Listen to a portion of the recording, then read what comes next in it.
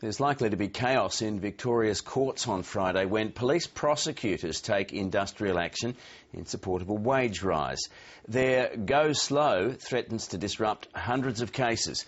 And as Jeff Waters reports, it's also likely to lose the state millions of dollars in court costs. They're a foundation of the court system. Police prosecutors are involved in the initial stages of just about every case in Victoria. They're deeply involved in more than 1,000 hearings a day. But a group of more than 100 is threatening protected industrial action on Friday because they say their numbers are dropping due to low pay. And if it all goes ahead, lawyers say the planned work bans will cause chaos, particularly in busy magistrates' courts.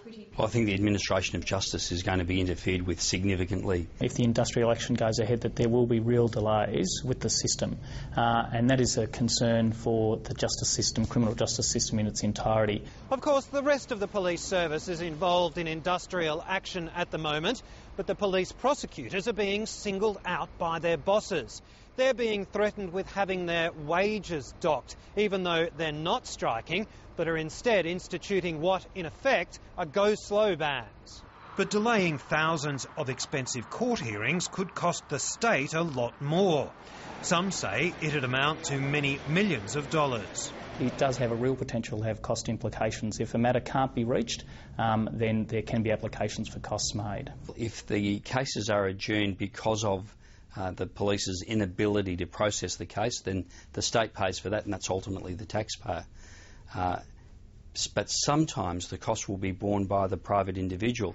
In spite of the potential for disruption, many lawyers support the action because of what they call an under-resourced service.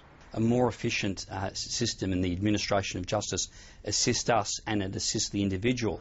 Attorney General and Acting Police Minister Robert Clark declined an invitation to comment on the action.